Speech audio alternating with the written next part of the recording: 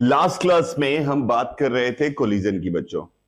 Collision में हमने कहा कि आपको याद है कि दुनिया में किसी भी तरह का कोलिजन हो रहा हो तो एक स्टेज ऐसा आता है जहां पर उनकी वेलोसिटी कॉमन हो जाती है। वेलोसिटी कॉमन हो जाती है, एक स्टेट ऐसा आता है जब वेलोसिटी कॉमन हो जाती है। उसके बाद वो वापस अपना शेप रिगेन करने की कोशिश करते हैं। On the basis of regaining their shape, ki how much they regain, we define collisions. And there are three kind of collisions we used to talk about. One is elastic, one is perfectly inelastic, and one is inelastic. By this हम बताते हैं कि collision किस तरह का है। Momentum through and through conserve रहता है, momentum through and through conserve रहता है। काइनेटिक एनर्जी एक बार मिनिमम पे पहुंचती है, फिर वापस सही हो भी सकती है, नहीं भी हो सकती, depending upon type of collision. यानी अगर परफेक्टली इलास्टिक कोलिजन होता है तो बिल्कुल नहीं पहुंचती है, वैसी की वैसी रह जाती है, मिनिमम की मिनिमम। इलास्टिक कोलिजन होता है तो it acquire the same value, जो इसकी पहले थी वही बाद में भी एक्वायर कर लेती है। और इनइलास्टिक कोलिजन होता है तो थोड़ी सी कम एक्वायर करती है। फिर हमने एक टर्म डिफाइन किया कि कोलिजन डिफाइन करने के लिए, उस टर्म का नाम था coefficient of restitution. Coefficient of restitution जो हमने मेरे बच्चों टर्म डिफाइन किया, उस टर्म की अगर हम बात करें कोफिशिएंट ऑफ रेस्टिट्यूशन की, तो कोफिशिएंट ऑफ रेस्टिट्यूशन में मैंने कहा it is reformative impulse upon deformative impulse. फिर मैंने आपको इंपल्स बताया कि इंपल्स होता क्या है। इंपल्स होता है चेंज इन मोमेंटम, इंपल्स होता है चेंज इन मोमेंटम। क्या मेरी बात समझ में आ रही है? इंपल्स होता है चेंज इन मोमेंटम, इंपल्स होता है, जिसका मतलब होता है P final minus P initial. दो तरीके से निकाल सकते हैं। अगर आपको मोमेंटम्स पता हो इनिशियल और फाइनल तो P final minus P initial करके निकाल सकते हैं। अगर आपको फोर्स और टाइम पता है तो इंटीग्रल एफ डी टी करके आप निकाल सकते हैं। निकाल सकने के दो तरीके मैंने बताए। कभी कभी एफ टी का एरिया दे देगा, एरिया अंडर द कर्व भी इंपल्स निकालता है, ये हमने समझाया। अब जो परिभाषा है कोफिशिएंट ऑफ रेस्टिट्यूशन की, उसको समझने की कोशिश करते हैं। जैसे मैं आपको समझाऊंगा, ध्यान से समझने की कोशिश करिएगा। बहुत इंपॉर्टेंट है ये कहानी, ये तरीका बहुत इंपॉर्टेंट है और नया होगा आपके लिए। प्लीज ध्यान से समझने की कोशिश करिएगा। जैसे मान लो उसने दिया हुआ है ई की वैल्यू, ई की वैल्यू जो दे रखी है वो हाफ दे रखी है। फॉर एग्जाम्पल अभी मैं समझा रहा हूं, सब पहले समझने की कोशिश करिए। ई की वैल्यू हाफ दे रखी है और बोला कि एक पार्टिकल जो है मास m का इधर 2v की वेलोसिटी से जा रहा है और इधर एक मास जो है m का ये v की वेलोसिटी से जा रहा है और इसमें कोलिजन हो रहा है और कोलिजन का e की वैल्यू हाफ है। तो उसने बोला टक्कर के बाद इनकी वेलोसिटीज क्या क्या होंगी, इसका पता लगाने की कोशिश करिए। तो ई की परिभाषा के हिसाब से जो हमने बताई थी, ई की एक है परिभाषा जो हमने बताई थी, ई का एक फॉर्मूला है जो दुनिया में सब लोगों को वही फॉर्मूला पता होता है, मैं उसकी बात भी करूंगा, पर परिभाषा की हिसाब से समझने की कोशिश करिए। क्या होगा? सबसे पहले इन दोनों का जब कोलिजन, हम पूरे कोलिजन को प्रोसेस को समझेंगे। मास m 2v का पार्टिकल आ रहा है, मास m v का पार्टिकल जा रहा था, इन दोनों का कोलिजन होगा तो क्या एक समय दे एक्वायर कॉमन वेलोसिटी? बीच में ऐसा आएगा कि जब वो कॉमन वेलोसिटी एक्वायर करेंगे, सबसे पहले हम कॉमन वेलोसिटी निकालेंगे। कैसे निकालेंगे? Total momentum upon total mass करेंगे तो कॉमन वेलोसिटी आएगी। क्योंकि मोमेंटम कंजर्व रहता है तो उस समय सबके पास सभी मास का सेम वेलोसिटी है, तो total momentum upon total mass. बताइए कितना मोमेंटम हुआ इसका? 3 mv। क्या मेरी बात समझ में? कितना मोमेंटम हुआ? 3 mv। टोटल मास कितना है? 2m। तो कॉमन वेलोसिटी कितनी आई?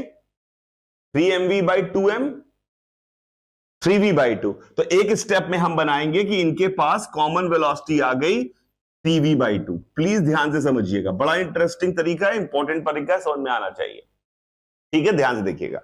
अब आप देखिए ई की परिभाषा का यूज।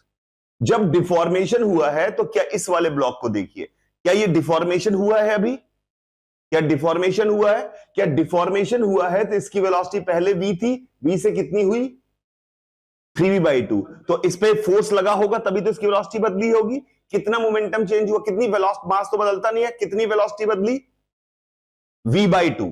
कितनी वेलोसिटी बढ़ी की घटी? बढ़ी। कितनी? v/2 बढ़ी। पक्का? तो डिफॉर्मेशन के समय इस पे इंपल्स लगा ऐसा कि उसने वेलोसिटी इसकी v/2 बढ़ाई। प्लीज समझिएगा, पहली बार होगा, अगर आपने पहले पढ़ा भी होगा तो भी पहली बार होगा, ध्यान सुनिएगा, ये तरीका नहीं होगा आपके पास। डिफॉर्मेशन के समय इसकी वेलोसिटी कितनी बढ़ी बच्चों? v/2। कोई दिक्कत किसी को नहीं। तो डिफॉर्मेशन ने जो इस पे इंपल्स लगाया है वो उसकी वेलोसिटी v/2 बढ़ा रहा है। ई की वैल्यू हाफ का मतलब होता है, ई का परिभाषा क्या थी, reformative impulse upon deformative impulse, यही परिभाषा थी ई की परिभाषा। तो इसका मतलब है रिफॉर्मेटिव इंपल्स जब अब क्या ये वापस से सही होंगे, क्या वापस से सही होंगे, तो क्या इस पे अभी भी उसी दिशा में फोर्स लगेगा, उसी दिशा में, क्योंकि नॉर्मल तो हमेशा इस पे इधर ही लगेगा, इस पे इधर ही लगेगा। प्लीज ध्यान समझिएगा, इसकी वेलोसिटी पहले कितनी थी, अभी कितनी हुई, तो डिफॉर्मेशन ने उसकी वेलोसिटी कितनी बढ़ाई, v/2 बढ़ाई। तो जो डिफॉर्मेशन ने किया है, रिफॉर्मेशन उसका ई टाइम्स करेगा। आई रिफॉर्मेशन इज आईडी इंटू ई, मतलब समझिएगा, इसका मतलब है हम कहेंगे कि रिफॉर्मेशन इसकी जो वेलोसिटी को बढ़ाएगा वो जितनी डिफॉर्मेशन ने बढ़ाई है उसकी आधी और बढ़ाएगा, क्योंकि I R is equal to I D into E. तो ई है हाफ यहां पे, तो आईडी का हाफ होगा आई आर। क्या मेरी बात समझ में आ रही है, समझिएगा, मतलब मैं क्या कह रहा हूं, यहां से यहां कितनी वेलोसिटी बढ़ी, v/2। तो अब मैं कहूंगा कि v/4 और बढ़ेगी, उसका आधा, v/2 बढ़ी थी तो v/4 और बढ़ेगी, कितनी है इस समय यहां पर, 3/2 से v/4 और बढ़ेगी तो कितनी हो जाएगी, अब ये जोड़ना तो खुद पर्सनली लाना पड़ेगा, 3v/2 से v/4 और बढ़ेगी तो कितनी हो जाएगी, 7v/4। तो आंसर आ गया, m, इस वाले m की वेलोसिटी 7v/4। आंसर, कोई कैलकुलेशन नहीं, कोई इक्वेशन नहीं, कुछ नहीं लिखना है, आंसर आ गया, मास इसकी वेलोसिटी 7v/4। पक्का समझते हैं, 3-4 बार में समझ में आ जाएगा। इसकी वेलोसिटी पहले कितनी थी, इसने क्या कम किया, कितनी कम की मेरे बच्चों, v/2 कम की, तो v/4 और कम करेगा, क्योंकि ई की जो कम कर रहा है वो कम करेगा, जो बढ़ा रहा है वो बढ़ाएगा, क्योंकि फोर्स की दिशा नहीं बदल रही है। कितनी कम हुई यहां से यहां, तो यहां से v/4 और कम हो जाएगी, तो v/4 और कम हो जाएगी, तो 3v/2 से v/4 घटाइए, 3v/2 से 5v/4, तो आपने कहा 5v/4, तो m का आंसर आ गया 5v/4, आंसर आ गया, this is the final answer.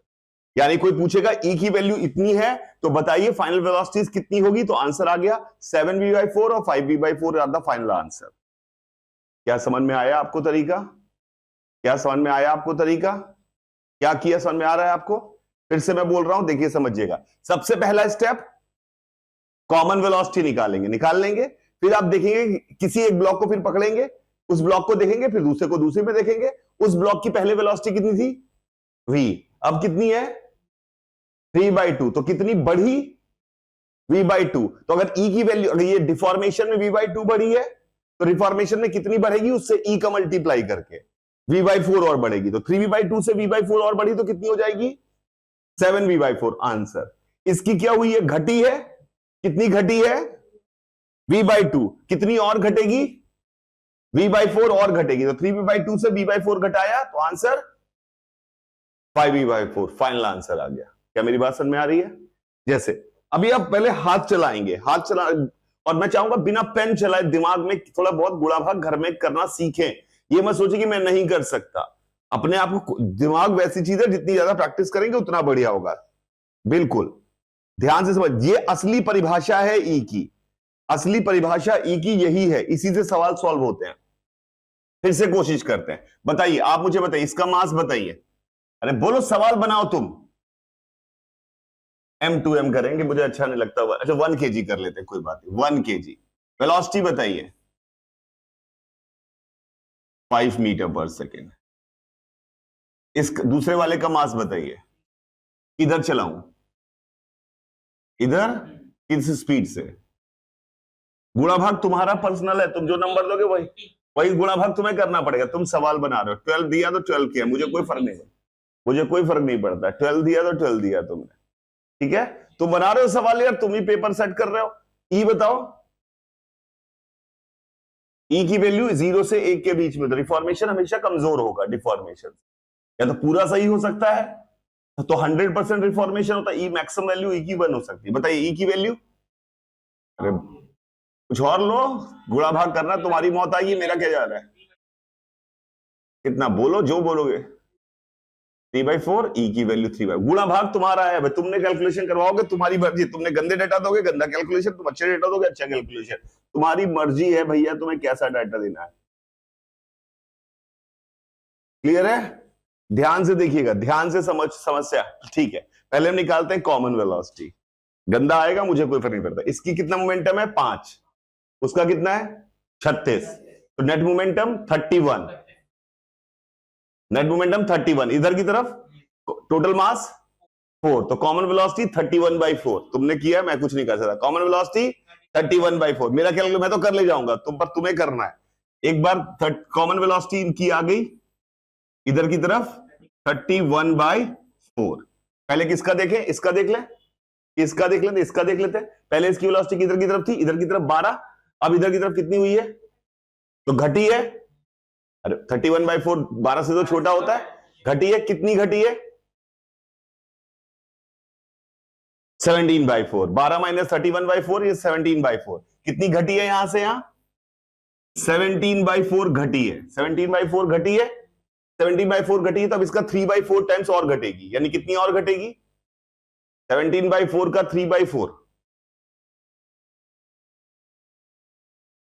51/16 और घटेगी, 51/16 और घटेगी, तो अभी कितनी है यहां पर 31/4 में से 51/16 घटाना पड़ेगा हमें, तो 31 हो गया 124/16, 124/16 और उससे कितना घटाना है 51/16, तो 124 से 51 घटाएंगे तो 73/16, तो इसका आंसर आ गया 3 kg ब्लॉक का आंसर आ गया, कितना आया था 71/16, 73/16, 73/16 इज द आंसर, 73/16 पक्का। इसको देखते हैं, इसकी वेलोसिटी पहले किधर थी, इधर की तरफ 5 मीटर पर सेकेंड, अब किधर हो गई, इधर की तरफ हो गई है, बहुत बदली है, कितनी बदली है बताओ।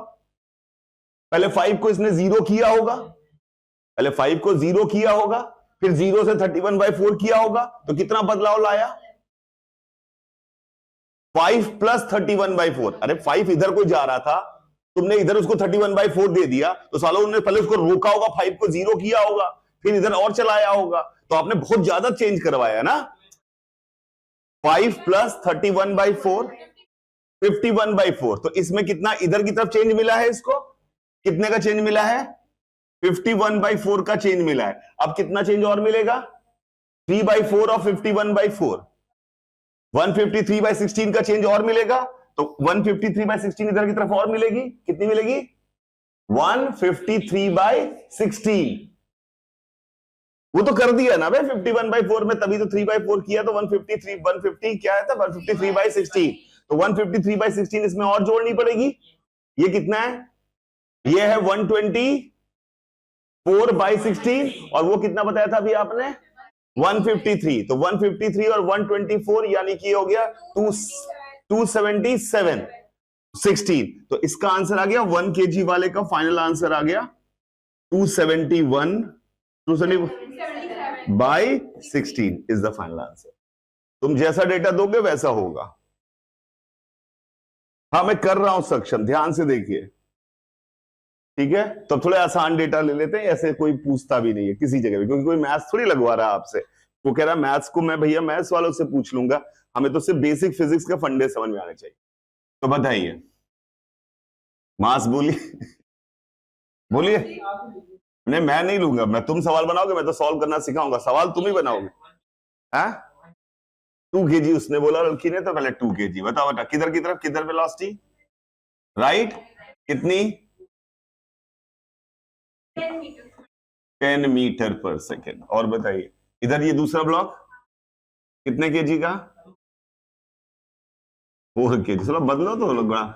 अब एक बात समझो, तुम्हें अगर थोड़ा दिमाग लगाना है तो थोड़ा, अब तो सवाल का आंसर तुमको कैसे समझ में आएगा, तुम्हें सवाल कॉमन वेलोसिटी सुंदर आनी चाहिए, तभी तो सवाल हो पाएगा बढ़िया। तो इसका मतलब जो भी मोमेंटम है वो 6 से भाग चला जाए, क्योंकि मास का 6 kg है। अब थोड़ा सवाल बना रहे हो तो सवाल बनाने का भी सीख लो। अरे भाई सवाल बनाना ही सीख लेते हैं हम, कुछ नहीं कर पाए सवाल, किसी के सवाल बनाएंगे। अरे समझ में आया मेरी बात। तो 2 kg वाले के पास 10 मीटर पर सेकेंड है, टोटल नीचे 6 का भाग देना पड़ेगा हमें, तो हमें ऊपर ऐसा नंबर चाहिए जो 6 से डिविजिबल हो, 6 से डिविजिबल हो। पहले से 20 बन चुका है, 1 मीटर पर सेकेंड। लो अब देखो आसान हो जाएगा। अब सवाल देखो तुम्हारा। अरे क्यों कॉमन बताओ, टोटल मोमेंटम कितना हुआ? 24। Total mass 6। तो लाइफ आसान है ना? लाइफ आसान है। अरे समझ में आ रहा है मेरी बात? पक्का 6 है। और मैंने ई भी दे दिया 1/5। अब जीवन, अब तुम्हें अब मुझवानी कर लोगे। बताओ कॉमन वेलोसिटी कितनी आई? What is the common velocity? Total momentum 24, total mass 6, common velocity 4 आई। कितनी आई? हाँ 24/6 4। सवाल बदलते हैं, ई की वैल्यू 1/3, ताकि कैलकुलेशन हमें तो सीखना है ना यार। 4 आ गई। पहले कितनी थी? 1। कितनी बढ़ी? 3 बढ़ी। अब कितनी और बढ़ेगी? 1/3 ऑफ 3 1 बढ़ेगी। तो आंसर इसकी velocity 5 metre per second. Answer. अरे समझ में आया? इसका देखते, पहले कितनी थी, कितनी हुई, कितनी घटी? 6 घटी। अब कितनी और घटेगी? 2 और घटेगी। 2, 4 में से 2 गया आंसर। अरे समझ में आया? तो 5 इसकी, 2 इसकी आंसर।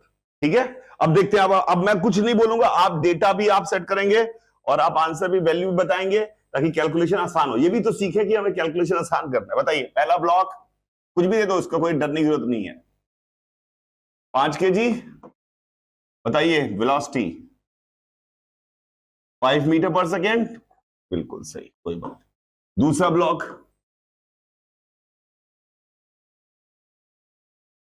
10 kg। ठीक है, इसकी वेलोसिटी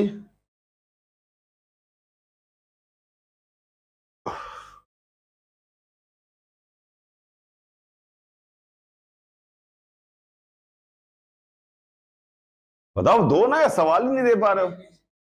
सवाल ही नहीं दे पा रहे हो। 2 दे दूं? 2 देने से काम चल रहा है हमारा? बिल्कुल चल रहा है। 2 meter per second. 2 meter per second. क्यों? टोटल मोमेंटम कितना हो गया? 45। Total mass 15। पक्का? तो ये आ गया यहां पर। ठीक है, कितनी हो गई वेलोसिटी यहां पे? 3 मीटर पर सेकेंड। ठीक है, 3 मीटर पर सेकेंड। ई बताइए कितना दे दूं? E1। ई दे दिया 1। कितनी बढ़ी? 1। कितनी और बढ़ेगी? आंसर 4। ऐसे ही सवाल आएंगे, मतलब उतने कैलकुलेटिव आएंगे नहीं उससे, क्योंकि डर लगेगा कि तो बहुत नया, बहुत मुश्किल मेथड है। मुश्किल मेथड नहीं, सबसे आसान मेथड। तो ना इक्वेशन, क्योंकि जनरली आपको अगर थोड़ा बहुत पढ़ा हो तो 2 मोमेंटम कंजर्वेशन, ई की इक्वेशन, 2 इक्वेशन, 2 अननोन लिखने पड़ेंगे।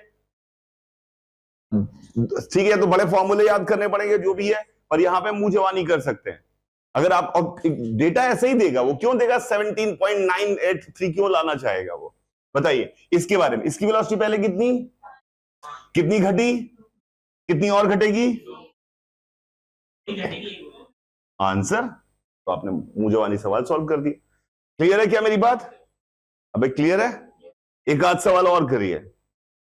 अब आप आउट हो चुकी है गेम से, क्योंकि जो गेम है वो स्टार्ट हो चुका है, क्योंकि वो गेम का स्टार्टिंग के 5 मिनट का था, वो गेम अब स्टार्ट हो चुका है। अब आपको लग रहा है कि क्या चल रहा है, अब आप गेस करिए। हाँ बस, this is the only thing would left with you is गेसिंग। ठीक है, बना सवाल। क्या 2 kg, स्पीड 4। दूसरा ब्लॉक बताइए, 4 kg, स्पीड बताओ।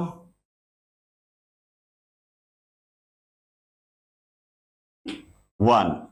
देखो अब वो सवाल कितनी तेजी से बनाने लग रही है। 1 क्यों बोला उसने, समझ में आया आपको? क्योंकि उसने कहा कि यार साला 6 से भाग जाना चाहिए, सवाल आसान करना है। तो ई बताओ, कोएफिशिएंट ऑफ रेस्टिट्यूशन। अभी कुछ दे देते हैं, इस बार थोड़ा कैलकुलेशन भी कर लेंगे ना।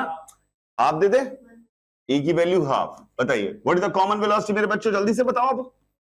2 meter per second. Is it? Common velocity 2 meter per second. कितनी बढ़ी? 1 बढ़ी। कितनी और बढ़ेगी? हाफ। ये हाफ है क्या? पागल हो जाता है क्या? कितनी और बढ़ेगी? हाफ और बढ़ेगी, तो कितनी हो जाएगी इसकी? 2.5। आंसर। 4 kg की final velocity 2.5 metre per second. अरे समझ में आ रहा है? 4 kg की final velocity 2.5 metre per second. इसकी वेलोसिटी पहले कितनी थी? कितनी हुई, कितनी घटी, 2 घटी, कितनी और घटेगी, 1 और घटेगी, तो कितनी हो जाएगी, 1 metre per second. Answer, answer clear है क्या मेरी बात? तो this is the definition of E. E की डेफिनेशन के आधार पे यही ई की परिभाषा, यही बनाई गई है। हमें अलग से बताई लोगों ने आसान करने के, उनको पता था कि लोग इतना दिमाग नहीं लगाते, जबकि आसान काम था। मुझे भी नहीं पता था जब मैं बचपन में छोटा था, बचपन में ऑब्वियसली सभी छोटे होते हैं, लेकिन जब मैं छोटा था तब मुझे भी नहीं पता था कि ये कोई तरीका है कि ई की परिभाषा क्या है। मेरे को वही वाला सिखाया गया था, velocity of separation upon velocity of approach करके कुछ। पक्का? तो ये बात समझ में आई वो क्या तरीका है? ये ई की असली परिभाषा जो हमने सीखी थी, उससे हमारा काम चला। क्या आंसर निकाल लेंगे? एक सवाल और कर लेते हैं ताकि हम क्लियर हो जाएं कि हमें हर सवाल करना आ जाएगा। बताइए, अब एम एम के टर्म में करते हैं। इसका मास मान लिया 2m, इसकी वेलोसिटी मान ली मैंने 3v, और ये मान लिया m, ये रुका हुआ है, ये रुका हुआ है। e की वैल्यू 1/3 है। बिना पेन चलाए आंसर चाहिए मुझे।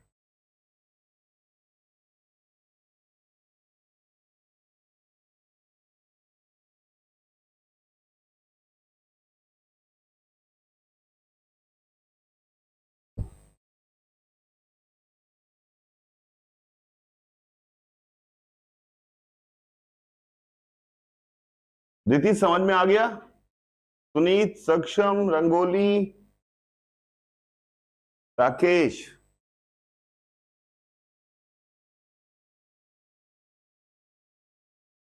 बोलो आंसर क्या है? पेन चला फेल हो जाओगे। पेन नहीं चला बैठ। तो भरोसा ही नहीं है दिमाग पे तुम्हें अपने। जब तुम खुद पे सालों भरोसा नहीं करोगे तो भगवान तुम पे कैसे करेगा?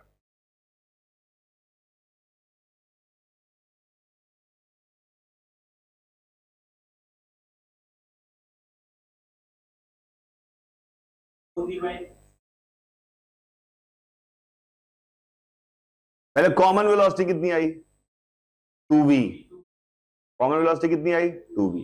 तो m वाले को देखते हैं, पहले कितनी थी, कितनी बढ़ी, 2v बढ़ गई, 2v हो गई, तो 2v हो गई। कॉमन वेलोसिटी 2v आई है क्या? तो कितनी बढ़ी, 2v, कितनी और बढ़ेगी, तो 2v में 2v/3 ऐड कर दो, तो यानी कि m वाले का आंसर आ गया 8v/3। बट 2v में 2v/3 नहीं ऐड कर पाओगे क्या? m वाले की कितना आ गया, 8v/3। आ रहा थोड़ा थोड़ा समझ में? Very good. अब आते हैं इसको देखते हैं। पहले इसकी वेलोसिटी कितनी थी, कॉमन कितनी, कितनी घटी, 1 नहीं, v घटी, कितनी घटी, v, कितनी और घटेगी, v/3। कितनी थी कॉमन, भूल गया मैं, 2v में से कितनी और घट जाएगी, तो 2v में से v/3 घट गया, तो कितना आया, 5v/3। आंसर आ गया 2m वाले की 5v/3। 2m वाले की 5v/3 is the answer. 2m वाले की 5v/3। कॉमन वेलोसिटी निकालेंगे, स्टेप समझ में आ रहे हैं? स्टेप 1 क्या है, कॉमन वेलोसिटी। कॉमन वेलोसिटी कैसे होगा, total momentum 1, total mass 6mv/3m, 2v। यहां से यहां कितनी बढ़ी, 2v, तो यहां से यहां 2v/3 और बढ़ेगी, तो ऐड कर दिया। यहां से यहां कितनी घटी, v, तो v/3 और घटेगी। आसान सवाल है यार, आई होप क्लियर है। पक्का क्लियर है? नाउ किताबी मेथड, किताबी मेथड, किताबी मेथड। किताबी मेथड में कैसे करना है समझने की कोशिश करिएगा। आप ये भी लगा सकते हैं कि दुनिया में हर जगह आपको सॉल्यूशन यही मेथड में मिलने वाले हैं। अगर आप कभी सॉल्यूशन देखें क्या है कि या फॉर्मूला बना के रटा देगा, एक तरीका ये हो सकता है, जो कि पूरे नीट की जनता को ये खेल ही चला है सालों से। फॉर्मूला बताओ, रटा दो, सालों को दिमाग न लगवा, पूछ दे साला कोई, रटा, यही होता है, आंसर लो। किताबी मेथड। इसमें ई की परिभाषा देखिए, काम की है ये परिभाषा भी याद होनी चाहिए। Velocity of separation, velocity of separation upon velocity of approach, ये ई की परिभाषा है। अप्रोच, ये वी की परिभाषा है, ठीक है? ये वी की किताबी परिभाषा, 99% दुनिया को यही परिभाषा पता है। ये जबकि परिभाषा नहीं है, फॉर्मूला है।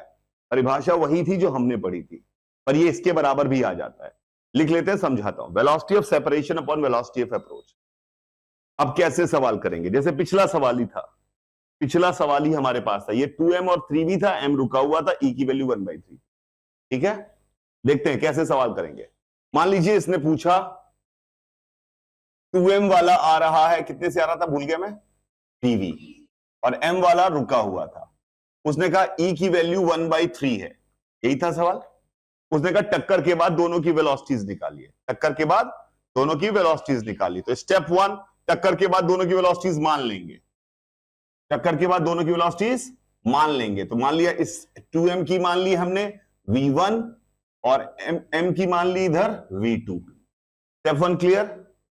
फिर हम लिखेंगे, क्योंकि बाहरी फोर्स नहीं लग रहा पूरे सिस्टम पे, तो मोमेंटम कंजर्व रहेगा। कोलिजन में हमने देखा था मोमेंटम हमेशा कंजर्व रहता है। तो इक्वेशन नंबर 1 कैसे लिखेंगे? Equation number, initial momentum, initial momentum 2m into 3v, अरे बताइए, प्लस m इंटू 0 बराबर 2mv1 प्लस mv2।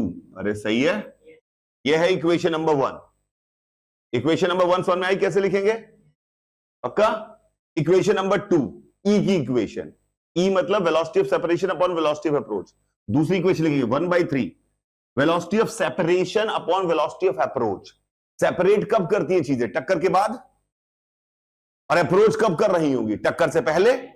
तो ऊपर लिखेंगे टक्कर के बाद रिलेटिव वेलोसिटी। वो उधर कितने जा रहा है? v2 से, ये जा रहा है v1 से। कौन तेज चल रहा होगा?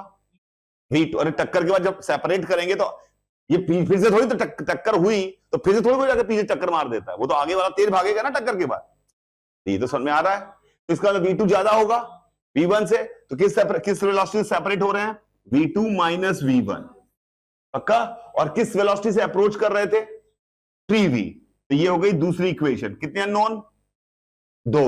कितनी इक्वेशन? 2। सॉल्व करिए, आंसर निकालिए। आंसर चाहिए मुझे, सॉल्व करिए, आंसर निकालिए।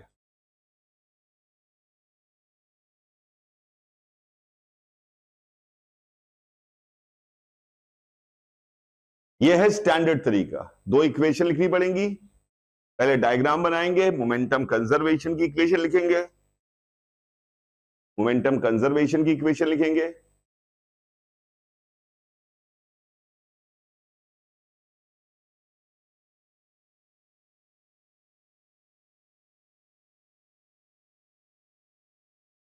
मोमेंटम कंजर्वेशन की इक्वेशन लिखेंगे,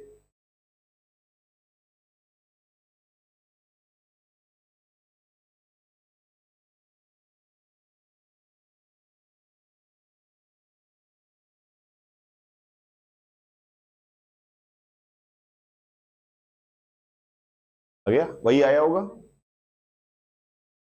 ठीक है। तो आपको जो कंफर्टेबल लगे वो मेथड अपनाइए। सबका अपना अपना कंफर्ट होता है। किसी को लगता है मुंह जबानी में गुणा भाग करके तुरंत निकाल लूंगा, किसी को लगता है भैया मैं सेफेस्ट खेलता हूं, इक्वेशन लिखूंगा तब आंसर निकालूंगा। ठीक है, आपको पास जो तरीका लगे वो तरीका आप इस्तेमाल कर सकते हैं। एंड अगर आप चाहें तो मैं फॉर्मूला भी बना के दे सकता हूं, पर फॉर्मूला बना के देने का मेरा कोई औचित्य नहीं है, कोई फायदा नहीं है। आप 1 सेकंड में हो जाएगा आपसे सब। क्लियर है क्या? आंसर सेम आया होगा v1 v2 का, वही आया क्या पीछे वाला जो आंसर था? 8v/3 और 5v/3 यही आया होना चाहिए अगर आपने सॉल्व किया। तरीका समझ में आया ये कैसे किया? पक्का? तो these are the two methods you have. Either you will go with the definition of E, which what we are doing, or you can go with the formula of the E, which we are doing now. दोनों methods है। इसमें 2 equation कौन सी लिखनी होगी हमेशा हमें? Momentum conservation की और E की इक्वेशन। तो दोनों को ही करना आना चाहिए। तो एक बार इसकी प्रैक्टिस और कर लेते हैं, एक बार इसकी प्रैक्टिस और कर लेते हैं और वेरीफाई कर लेंगे। वेरीफाई कर लेंगे। वेरीफाई कैसे करेंगे? अपने उस वाले मेथड से। ठीक है, चलिए बताइए, मासेस बताइए। पीएम मान लिया 4v से आ रहा है, ये m है, ये m है, ये मान लिया इधर कितना हो गया? 3 चौक 12। तो ये m मान लिया 2v से जा रहा है। चलिए m मान लिया 2v से जा रहा है, ठीक है। e की वैल्यू हाफ है, e की वैल्यू हाफ है, e की वैल्यू हाफ है, e की वैल्यू हाफ है। जल्दी से सॉल्व करिए, जल्दी से सॉल्व करिए, बिल्कुल सही, जल्दी से सॉल्व करिए।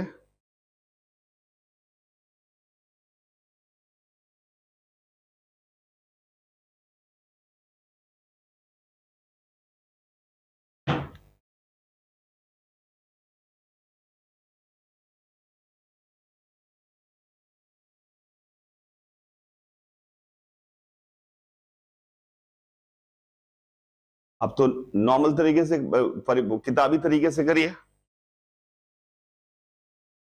क्या करेंगे? स्टेप 1 फोटो बनाएंगे। बनाई फोटो।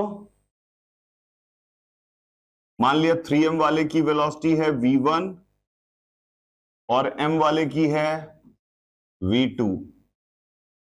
पहले momentum conservation. 3m into 4v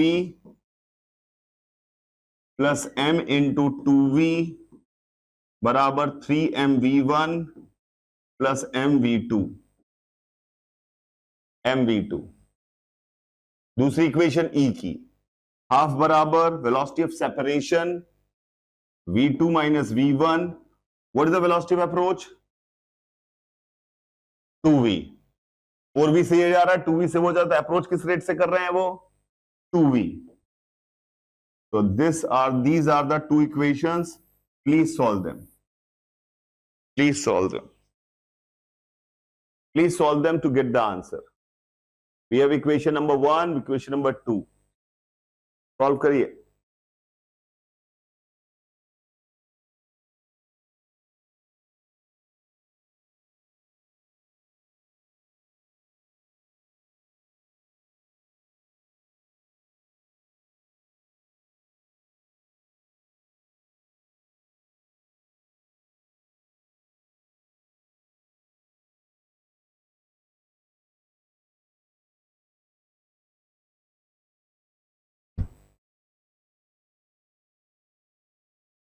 हाँ, मतलब एक बार हाथ चला होना चाहिए बेटा राकेश।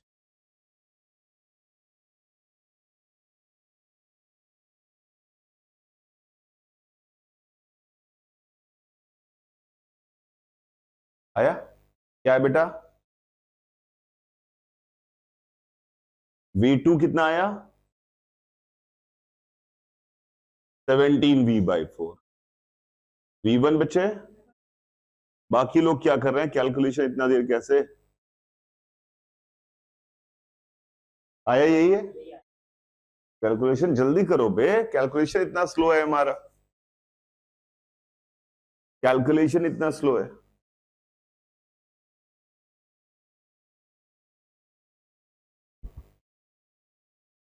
यही आया?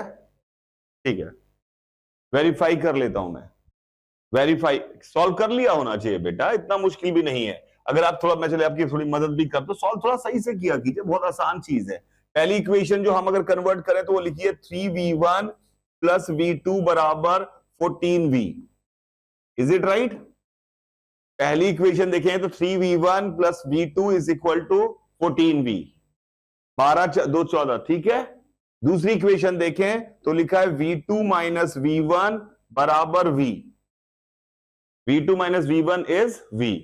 इन ऊपर वाली इक्वेशन से नीचे वाली इक्वेशन को घटा देते हैं। ऊपर वाली इक्वेशन से नीचे वाली इक्वेशन को घटा देते हैं। सही लिखा है यहां तक? v2 minus v1 is equal to v। सही है। ऊपर वाली से नीचे वाली को घटा दिया तो क्या आया हमारे पास? इधर हमारे पास आया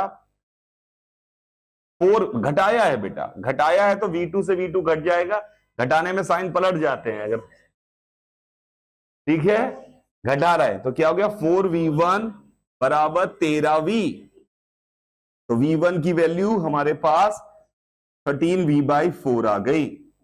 v1 की वैल्यू 13v/4 आ गई, तो यहां से v2 निकाल लेंगे तो v2 की वैल्यू आ गई 17v/4। These are the answer. ऐसा मुश्किल ये भी नहीं है। ऐसा नहीं कि मुझे बहुत लाइफ में बचपन में दिक्कत है, मुझे कोई दिक्कत, ये भी बहुत जल्दी कर लेंगे आप। क्लियर है? अगर हम अपने तरीके से करने की कोशिश करें जो हमने सीखा है, उससे भी देख लेते हैं। ये 3m है, ये 4v था, ये कितना था? m था शायद, और 2v से जा रहा था। तो पहले इनके पास कॉमन वेलोसिटी आएगी। कितनी आएगी? अच्छा, आपने इसे किया है क्या? दोनों से किया। 14v/4 यानी कि 7v/2। 14v/4 7v/2। ई कितना दिया था मेरे बच्चों? हाफ दिया था। पहले कितनी थी? 2v थी। अब कितनी हुई? 7v/2। तो कितनी बढ़ी? 3v/2 बढ़ी। कितनी बढ़ी? 3v/2 बढ़ी। तो कितनी और बढ़ेगी? 3v/4 और बढ़ेगी। 3/4 और बढ़ेगी, ये कितना है 14v/4 था, उसमें 3v/4 और बढ़ा देंगे तो कितनी हो जाएगा 17v/4। तो इसका आंसर आ गया 17v/4। If you are good in this maths, आधी वादी करने में आपको दिक्कत नहीं है, then this is the best method. If you are finding that कि इतना सारा मुझसे नहीं होगा, तो वो वाला मेथड, जो भी मेथड आपको इस्तेमाल करना है। इसकी भी निकाल सकते हैं। पहले कितनी थी, कितनी हो गई, कितनी घटी, v/2 घटी, तो कितनी और घटेगी, v/4 और घटेगी, तो 14v/4 में से v/4 गया तो 13v/4। तो 13v/4 is the answer. 13v/4 is the answer. ठीक है, तो ये हमारे कोलिजन में समझ में आना चाहिए क्या है, पक्का लिख लीजिए। Last bar, for elastic collision, elastic collision में ई की वैल्यू 1 होती है, फॉर ई बराबर 1 for elastic collision. Elastic collision में ई की वैल्यू 1 होती है, इलास्टिक कोलिजन है ई की वैल्यू 1 होती है। ई की वैल्यू 0, क्योंकि वापस से रिफॉर्म होता ही नहीं है, बिगड़ा तो बिगड़ा ही रह गया, किसमें होती है, परफेक्टली इलास्टिक। और फॉर बाकी सब के लिए ई की वैल्यू 0 से 1 के बीच में होती है, फॉर ऑल, फॉर ऑल। ये हमारे पास आ गया, ये हमारे पास है, क्लियर है, पक्का। Write down some special cases, some special cases, some special cases. Some special cases है तो रट्टा मारेंगे तो पूरा ढंग से याद करिएगा, क्योंकि उन पे सवाल ज्यादा पूछे जाते हैं, इसलिए हम सम स्पेशल केसेस को अलग से पढ़ लेते हैं। सम स्पेशल केसेस, ठीक है। नंबर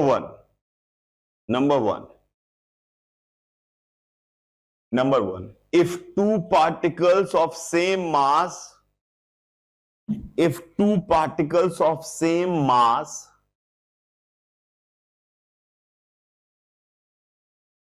collide elastically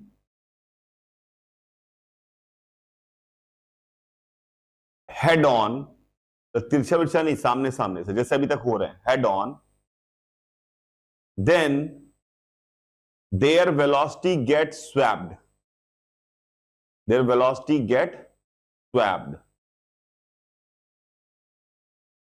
मतलब मैं क्या बोल रहा हूं, सिर्फ इस फोटो को बोल रहा हूं, यही है। मान लो ये 10 kg का ब्लॉक है, ये 17 मीटर पर सेकंड से आ रहा था, और ये 10 kg का ब्लॉक है, ये 9 मीटर पर सेकंड से जा रहा था। और अगर इनमें ई की वैल्यू 1 हुई तो हम निकाल तो सकते ही हैं, सवाल सॉल्व करना तो हमें आता है, पर इसका आंसर ये हो जाएगा, ये पीछे वाले की स्पीड 9 हो जाएगी और आगे वाले की स्पीड 17 हो जाएगी। Velocity get swapped. कब है ये वेलोसिटी स्वैपिंग, कब होगी, दोनों के मास सेम होंगे, आमने सामने हेड ऑन एक ही लाइन में चल के टकराएंगे। ऐसे नहीं टकराएंगे तिरछा जाके टकरा रहे हैं, ऐसे नहीं, हेड ऑन टकराएंगे, हेड ऑन टकराएंगे और मास सेम होंगे और इलास्टिकली टकराएंगे। तीन तीन कंडीशन है, same mass, elastic, head on. मान लो ये इधर जा रहा था, कोई इधर से आके तिरछा मारता, तब ये नहीं हो जाता। इस पार्टिकल ये इधर तिरछा भी तो टक्कर हो सकती है ना, कार वार बाइक वाइक की तो जनरली तिरछी टक्कर होती है, सामने सामने थोड़ी कुछ ठुकता है, कोई इधर से आ रहा है कोई इधर से आ रहा है, ठुक गया। तो उस केस में नहीं है, इलास्टिक होगा, हेड ऑन होगा, सेम मास होगा। तो ये हमारा एक ऑब्जर्वेशन है जो हमें लगता है कई बार सवाल आते हैं, हम मुंह जवानी आंसर लिख सकते हैं, पर तीनों बातों में से कुछ भी मिस किए तो गड़बड़, हर जगह मत चिपकाने लगा। तीनों बातें, जब भी कोई कंडीशन याद रखें तो पूरी याद रखें, नहीं याद रखेंगे तो उससे अच्छा है, अगर आधी अधूरी याद रख रहे हैं उससे तो 100 गुना अच्छा है ना याद रखें। निकाल लेंगे, क्योंकि रन टाइम पे निकाल सकते हैं क्या अपन, रन टाइम पे निकाल सकते हैं। जैसे क्या होगा बताइए, what is the common velocity, 13 आई, इसकी पहले वाले की कितनी बढ़ी, 4, फिर कितनी और बढ़ेगी, 17। तो दिख रहा है क्या, दूसरे वाले की कितनी बढ़ी, घटी, 4, और कितनी घटेगी, 4 और 9। समझ में आया ना। और उस तरह से भी बहुत तेजी निकाल पाएंगे, नहीं रटोगे तो भी चलेगा काम, पर रट लोगे तो भी कोई बुराई नहीं है, पर पूरा रटना, अगर रटना तो ठीक है। Case to,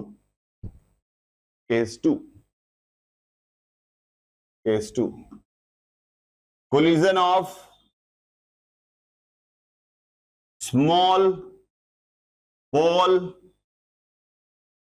with heavy wall, मतलब ट्रक पे आपने बॉल फेंक के मारी तो ट्रक को तो नहीं मानेंगे कि ट्रक को कुछ फर्क पड़ा होगा। समझ में आ रहा है मेरी बात?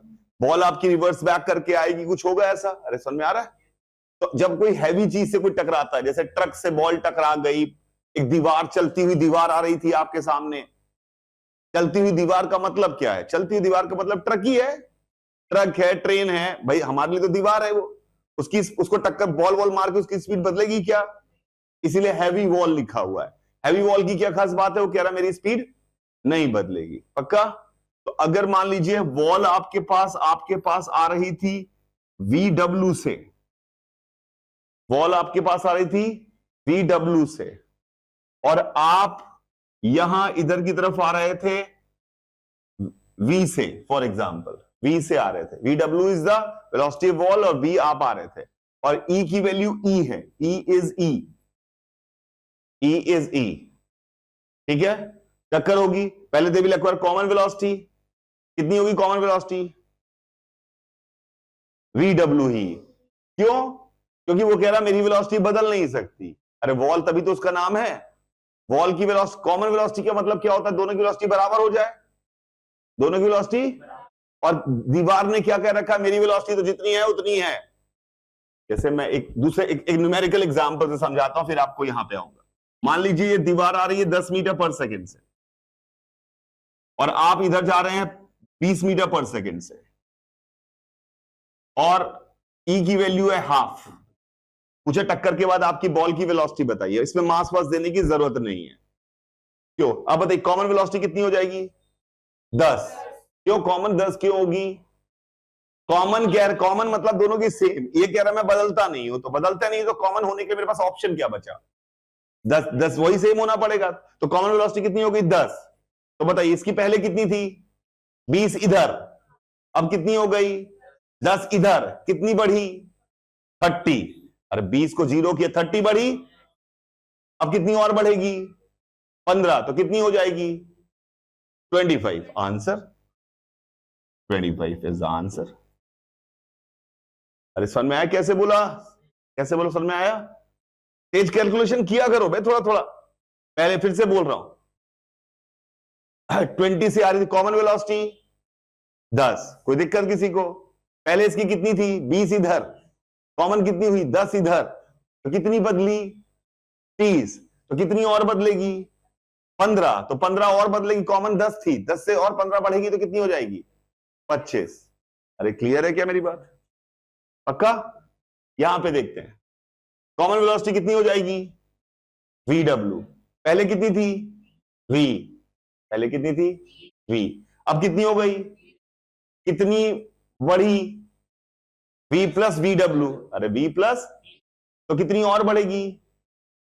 E times V plus VW, E times V plus VW, और कॉमन कितनी थी? VW। तो क्या आंसर आ जाएगा?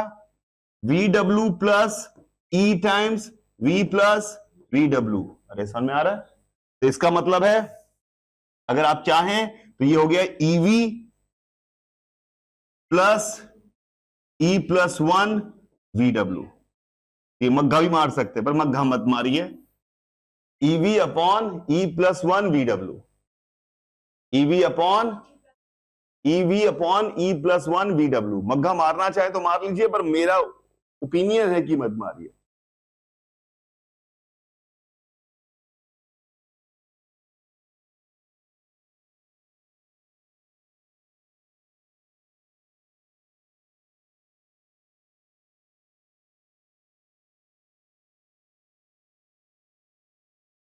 क्लियर है?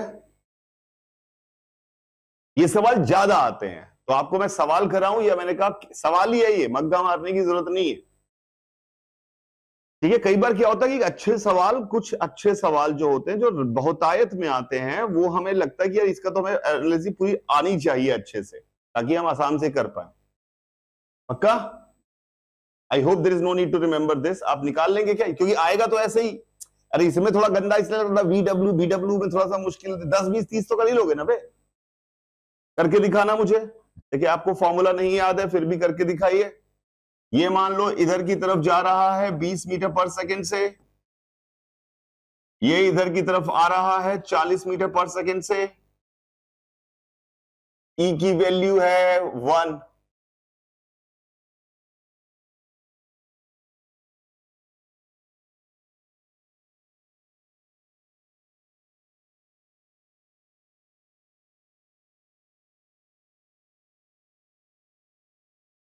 ई की वैल्यू 1। हाँ तो बोलो, डर क्यों रही हो, बोलो। सही है तो बोलना तो पड़ेगा ना बेटा। अगर आपको मुझे दिख रहा है, आपको समझ में आ रहा है, अगर समझ में आ रहा है आपको तो आपको बोलना पड़ेगा, तभी तो आपको भी कॉन्फिडेंस आएगा। कॉमन वेलोसिटी कितनी आई 20, कितनी घटी 20 घटी, कितनी और घटेगी, 20 में 20 घटी 0 आंसर। तो आंसर आ गया बॉल की वेलोसिटी टक्कर के बाद 0, वेलोसिटी 0। इसकी तो कोई बदल ही नहीं सकता, 20 की 20। अरे क्लियर है, फिर से बताइए, फिर से बताइए। ये इधर आ रहा है 40 से, ये इधर आ रहा है 50 से, ई की वैल्यू 1।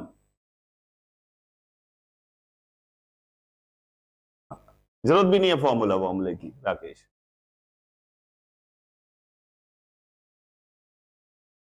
अकबे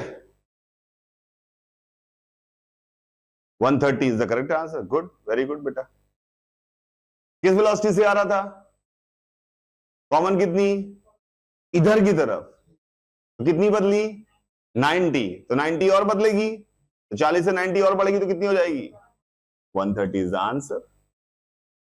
130 is the answer. नहीं तो फॉर्मूला, अरे समझ में आया, 130 इज द आंसर। क्लियर है क्या, 130 इज द आंसर। कॉमन कितनी में भूल गया 40, पहले इधर 50 से आ रहा था, अब इधर 40 से, तो कितनी बढ़ी 90, तो 90 E1 है। तो पहले 50 इधर थी, किसी कोई आदमी इधर की तरफ धक्का मार रहा है, 50 को पहले 0 किया, 0 को इसके बाद 40 किया है, इस तरफ उसने इंपल्स दिया है। अरे वेलोसिटी की दिशा होती है, -50 से +40 हो गई। उसी वेलोसिटी पहले कितनी थी, अब अगर नंबर माइनस माइनस कर -50, अब कितनी हो गई, तो वेलोसिटी कितनी बढ़ी है 90। अरे पहले 50 को उसने 0 किया होगा, फिर उसने 40, बड़ी मेहनत की है बंदे ने यार। अरे क्लियर है, फिर से बताओ। सबको एकदम जैसे ही सवाल दो वैसे ही आंसर।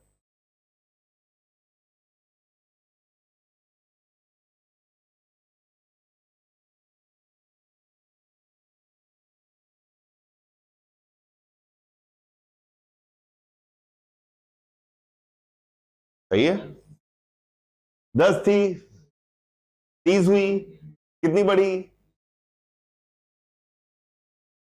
कितनी बढ़ी 20, तो कितनी और बढ़ेगी 20, तो कितनी हो जाएगी 50। कॉमन 30 हुई थी ना, पहले 10 थी, कॉमन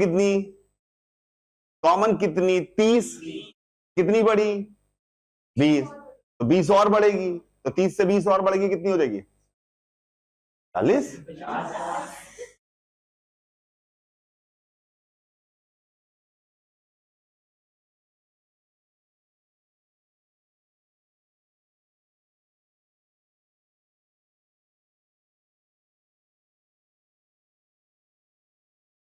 110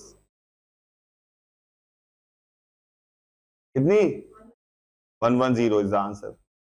पहले कितनी थी 10, कॉमन कितनी हुई इधर की तरफ कितनी है 70, कितनी बढ़ी 80, तो 80 के बाद कितनी और बढ़ेगी 40, तो 70 में 40 जोड़ा तो कितना हुआ 110। 110। अरे समझ में आया, पहले कॉमन निकाल रहे, थोड़ा थोड़ा लिख के कर लो, एक बार कॉमन लिख लिया करो अगर तुम्हें ज्यादा दिक्कत है। कॉमन कितनी हुई, VC कितना हो गया, VC हो गया 70, पहले 10 इधर -10 था, फिर 10 हुआ, कितना बढ़ा 80, तो कितना और बढ़ेगा, तो 70 में 40 और बढ़ा दें 110 आंसर। अरे आगे हो गया, बहुत देर हो गया, 1 घंटा इसी में हो गया मेरा। अरे समझ में आया? इससे जब फॉर्मूला पता था आगे बढ़ जाता। अरे समझ में आया? ठीक है। 50, 20, 1/3, 60 इज द आंसर। पहले कितनी थी? कॉमन कितनी? कितनी बढ़ी? कितनी और बढ़ेगी? 50 में 10 बढ़ गया। अरे क्लियर है? पक्का? ठीक है, आई होप कर ले जाएंगे अब आप। गुड, क्लियर है सभी को? तो सामने सामने जब कोलिजन कर रहा होगा तो इस तरह से सवालों को हम सॉल्व कर सकते। क्लियर है? पॉइंट नंबर 3, ये पॉइंट है। पॉइंट नंबर 3, हमारे मोमेंटम कंजर्वेशन के लिए बाहरी फोर्स नहीं था, इसलिए तो मोमेंटम कंजर्व करा पा रहे थे। लिखिए, if during collision, if during collision some external force is present, some external force is present, technically we cannot conserve linear momentum. Technically we cannot conserve linear momentum. क्यों नहीं कर सकेंगे लीनियर मोमेंटम कंजर्व? क्योंकि बाहरी force है। अरे बाहर force होगा तो मोमेंटम चेंज होगा। But duration of collision is very very small.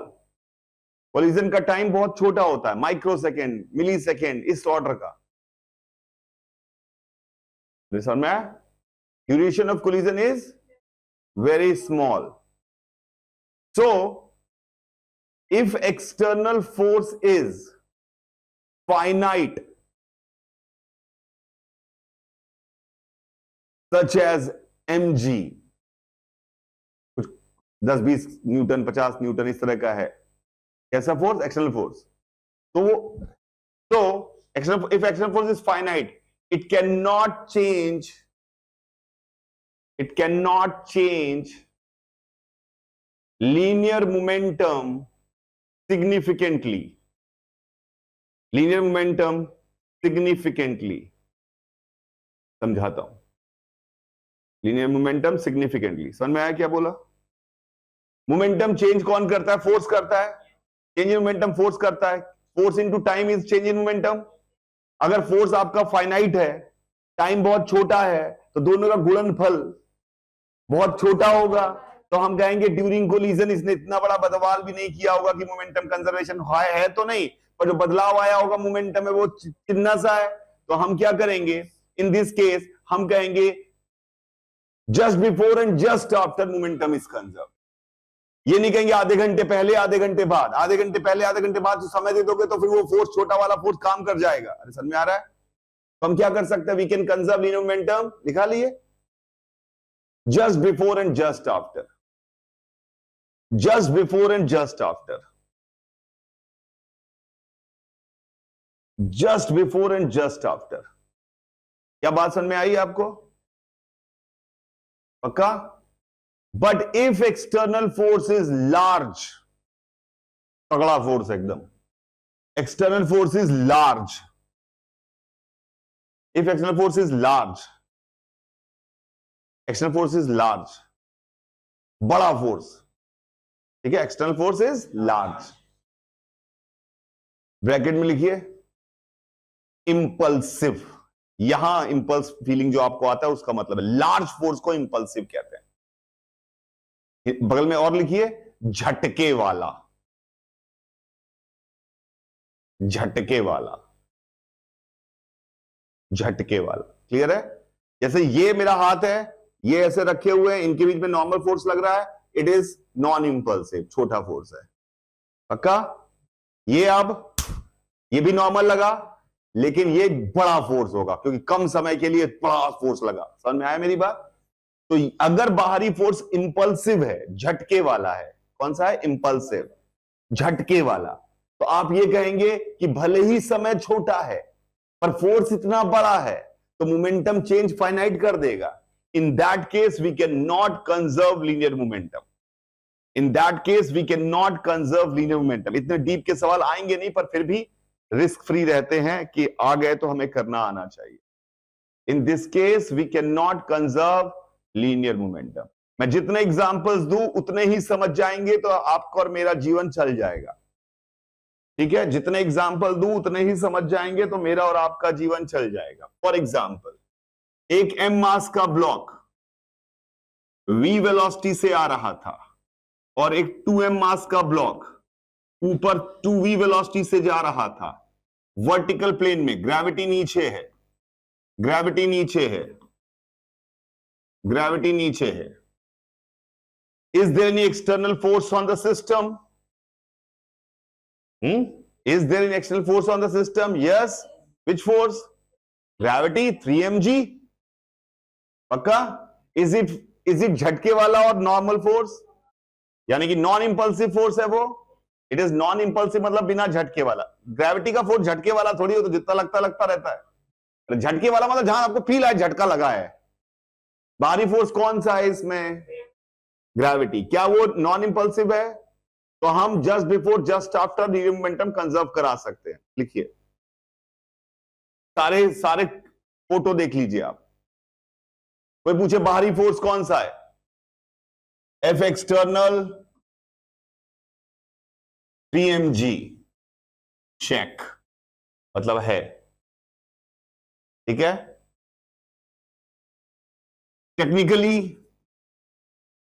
Technically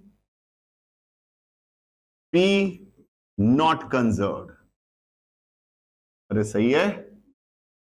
But for small duration of collision,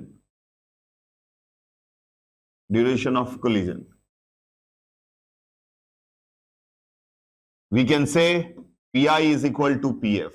यानी जितने फंडे आपने अभी नॉर्मल कोलिजन में सीखे वही लगाइए. जैसे मोमेंटम कंजर्व है वैसे निकालिए. वही सब फंडे लगाइए जो आपने अभी तक सीखे थे. अरे कॉमन वेलोसिटी निकालिए या फिर दो इक्वेशन, दो अननोन बनाइए. लेकिन ये सब कब कर पाओगे? और जस्ट बिफोर जस्ट आफ्टर. ये नहीं कि आधे घंटे पहले और आधे घंटे बाद. अरे समझ आ रहा है? 1 सेकंड भी नहीं दे सकते. 1 सेकंड पहले मोमेंटम जो था 1 सेकंड बाद वही मोमेंटम नहीं रहेगा. 2 सेकंड बड़ा टाइम होता है. सिर्फ just before just after momentum conserve रहेगा. यानी आप सवाल को सॉल्व करने के लिए वही सब लगेंगे जो अभी तक आप करते आए थे. टक्कर के बाद वेलोसिटी निकाल लेंगे दोनों की. Assuming there is no gravity फेविटी. कोई फर्क नहीं पड़ रहा मुझे. Assuming there is no gravity फेविटी. समझ में आ रहा है? कोई पूछे what is the velocity just after collision, can you find out? अरे ईवी दे दूं तो निकाल पाओगे? जैसे अभी किया था वैसे ही करोगे. नॉर्मल सवाल है, कोई दिक्कत नहीं है इसमें. समझ में आया है मेरी बात? इसमें कोई दिक्कत नहीं है. जैसे करते थे वैसे ही करेंगे.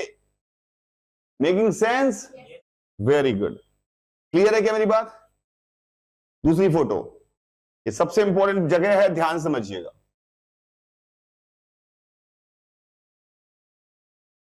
ये रस्सी से एक m मास का ब्लॉक टंगा हुआ है. इधर एक m मास का पार्टिकल आया v वेलोसिटी से.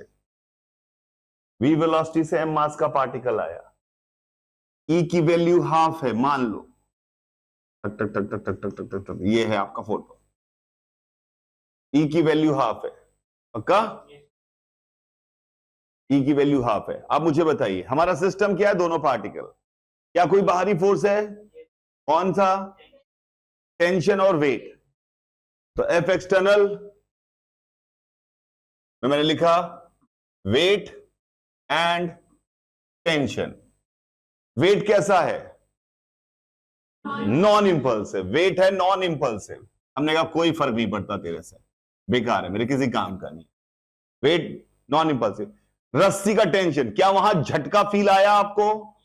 अब आप थोड़ा सा फीलिंग समझिए. क्या आपको वहां झटका, क्या अब इसमें टकराएगा तो क्या रस्सी में झटका सा आपको फील आया? तो यानी कि टेंशन कैसा है?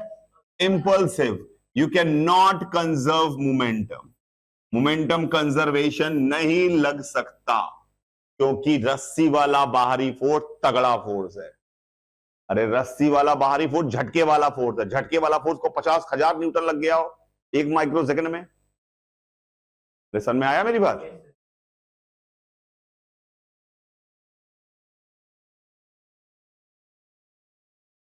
अरे क्लियर है? तो क्या कहेंगे हम इसमें? Momentum conservation. फील आया आपको? बाहरी फोर्स का झटका दिखा आपको? बाहरी फोर्स टेंशन है, टेंशन में झटका दिखा आपको? झटका फील करिए कि आप सोचिए कि टेंशन में आपको फील आया होगा जर्क सा। अरे आया झटका? तो जब भी झटके वाला फोर्स है उसका नेचर कैसा होता है? Impulsive. We can not conserve momentum, तो इसमें मोमेंटम कंजर्वेशन नहीं लगेगा। But we can apply equation of E. E की इक्वेशन को कोई नहीं रोक सकता, but we can apply equation of E. इसमें कॉमन वेलोसिटी फॉर्मल वेलोसिटी नहीं करेंगे, velocity of separation velocity of approach से निकालेंगे। That's why they have told us. सही है? We can apply equation of E बराबर velocity of separation upon velocity of approach. Clear है? Yes, spring non impulsive होगा, बिल्कुल बात डिस्कस पहले हो चुकी है। अगला बताते रहिएगा, मुझे बताते रहिएगा। सिर्फ यही सवाल आ जाते हैं कि क्या इस फोटो में मोमेंटम कंजर्व है कि नहीं है, यही सवाल है। इस कोलिजन में क्या हॉरिजॉन्टल में मोमेंटम कंजर्व रहेगा कि नहीं, जस्ट बिफोर जस्ट आफ्टर? तो आप किस में करेंगे किस में नहीं करेंगे आपको समझ में आना चाहिए। फिर से यही रस्सी, यही ब्लॉक, यही मास m, नीचे से मेरा एक पार्टिकल आया m मास का, v वेलोसिटी से टक्कर मारी, यह है सिस्टम। क्या इस सिस्टम पे कोई बाहरी फोर्स है? कौन कौन से? Tension and w। w का नेचर नॉन इंपल्सिव, कोई दिक्कत नहीं। टेंशन झटके से बढ़ा हुआ होगा क्या? नहीं, टेंशन तो गायब हुआ होगा। अरे इससे ऊपर से मारोगे तो ढीला पड़ेगा बे। अरे झटका तुम्हें फील आना चाहिए बहुत तेजी से। ऐसे कोई तुम्हारा हाथ झटके से खींचे यू, तब आया ना झटका मेरे सर में। आया मेरी बात? रस्सी टंगी हुई है, मैंने ऐसे जाके रस्सी में ऊपर यू मार दिया, रस्सी को कोई दिक्कत ही नहीं, रस्सी का फोर्स तो जीरो ही रहेगा। अरे टेंशन तो और छोटा हो गया। अरे टेंशन क्या बड़ा हो जाएगा क्या इसमें? तो ये भी कैसा? Non impulsive. तो मोमेंटम कंजर्व। कब conserve? Just before just after. लिखो लिखो, momentum conserve just before just after. Momentum conserve just before just after. Momentum conserve just before just after. सही है? Momentum conserve just before just after.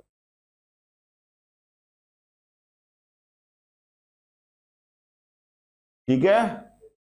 Momentum is conserve just before just after.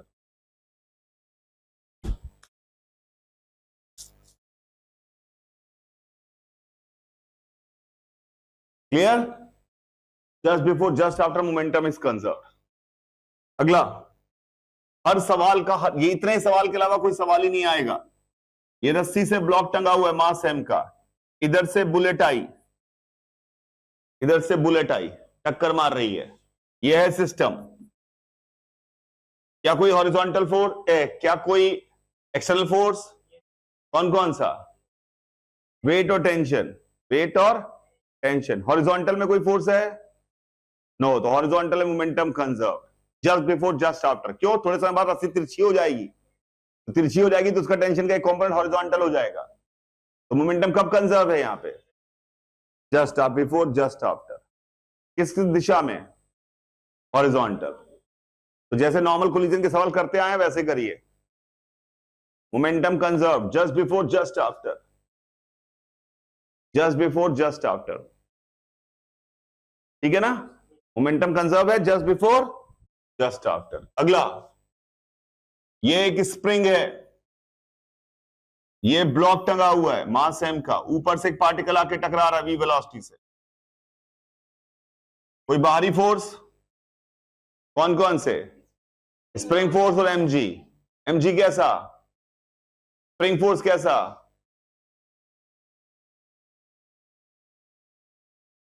Non impulsive, क्योंकि spring force को suddenly बढ़ने के लिए length बढ़ानी पड़ती है, लेंथ बढ़ाने के लिए समय लगेगा, समय लगेगा तो चलेगा। अरे स्प्रिंग फोर्स बदलेगा कब? जब इस लेंथ बदलेगी, लेंथ बदलने के लिए चलना पड़ेगा, चलने के लिए लगेगा समय। तो अभी immediately just before just after spring कुछ कर पाएगी क्या? नो। तो क्या आंसर हुआ? Momentum conserve just before just after. Momentum conserve just before just after. Momentum conserve just before just after. Momentum conserve just before, just after.